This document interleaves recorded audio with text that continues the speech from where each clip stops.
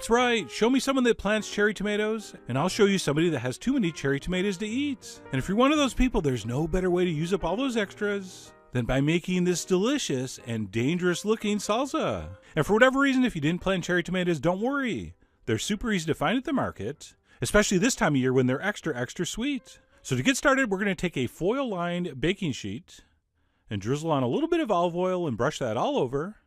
And once that's done, we're going to go ahead and dump on our cherry tomatoes. Those, of course, have been rinsed and drained, and the little green things taken off the top. I'm actually using a variety called Sweet 100s, which if you can find are really good for this. And then to that, we're going to add 1 onion that I've just roughly chopped, and we'll place those pieces in and about the tomatoes. Now, since this is all going to get blended later, please don't worry too much about precision cutting. And then besides the tomatoes and the onions, we're also going to do some garlic cloves, but leave the skin on. Leave the paper on the clove. Okay, we'll peel that off after this is fire roasted. And then last but not least, I'm also going to do some sliced jalapeno, which I've partially seeded. So I cut them into thick rings. Whatever seeds fell out, I left out. Whatever seeds stuck in, I left in. And we'll scatter those in the mix. And that's pretty much it. And then what our game plan is here, we're going to put this under a hot broiler until these vegetables are well charred. And for the purposes of this recipe, we will refer to that as fire roasting. And you want to get these veggies pretty close to the heat. So what I like to do, and what you might have to do, is put a pan on the rack first. So when I slide my veggies in, they're nice and close to the heat source. So find something that gives you that perfect distance. But anyway, we're going to slide those vegetables in and broil those on high until very well charred. So let's go ahead and take a peek. This has been about 5 minutes. And you might be thinking, hey, those look perfect. They got a nice little char going. They look nicely roasted. No, these are not even close. What we'll do is we'll go ahead and turn the pan and put those back in. Because when I say charred, I mean charred. They need to look like this. All right, the tops of those tomatoes are going to get black. Same with the onions. The onions are going to kind of soften up. Those garlic cloves are going to have been roasted in the skin. And then all we need to do is let this sit for a few minutes until it's cool enough to handle. Because what we need to do before we blend this is pull off those garlic skins.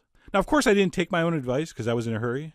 And I peeled these while they were hot, thereby burning my fingertips. So do as I say, not as you just saw me do. But anyway, let those veggies cool a little bit, and then hopefully painlessly remove those garlic skins. And at that point, we're going to transfer everything into a blender. And of course, be sure after you transfer the vegetables to add any accumulated juices. Oh, that stuff's amazing. Do not throw that away. So we'll pour that in. And then before we blend this, let's add the rest of the ingredients. So first up, I'm going to squeeze in the juice of 1 lime. And I know because of my bad editing, it only looks like I'm putting half in. But I actually squeezed the whole thing in there.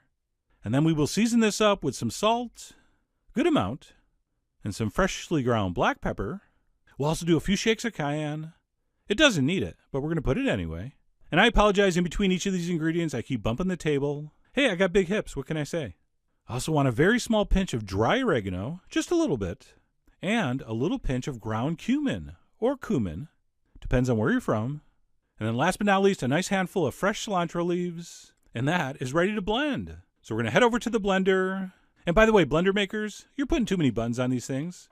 We just got a new blender, which I'm still trying to figure out. I mean, come on, we're making salsa. I'm not trying to launch a nuclear sub. Why do I need all these buttons? But anyway, let's try number 4. And that seems to be working. Although with anything like this, generally it's a good idea to pulse it on and off. That tends to ensure even blending. Although one big tip, while the pulsing is a great technique for something like this, you really want to make sure your lid's on tight. But I did not have my lid on tight, which as you can see produced what we call wall salsa, which, you know what, wasn't that bad. Just kidding, I did not eat that, allegedly. But anyway, to finish this off, let's take a spatula and scrape it down, give it one more quick blend, and that fire-roasted cherry tomato salsa is basically done. So let's go ahead and transfer that into a bowl, and you can see how gorgeous that looks. And by the way, it's going to get even more gorgeous because there's a lot of air bubbles in there now.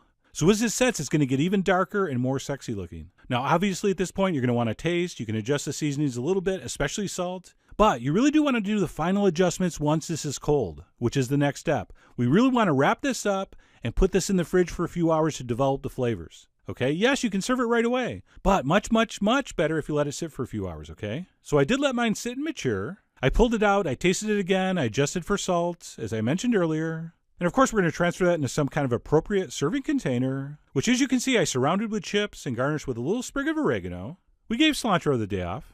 And finally, that fire-roasted tomato salsa is done. I just love how this looks. It just looks like it's going to taste awesome, which it does. Charring those vegetables really brings out a tremendous amount of flavor. And as good as this is on plain chips, wait until you see what we do with this next week. Oh yeah, major spoiler alert.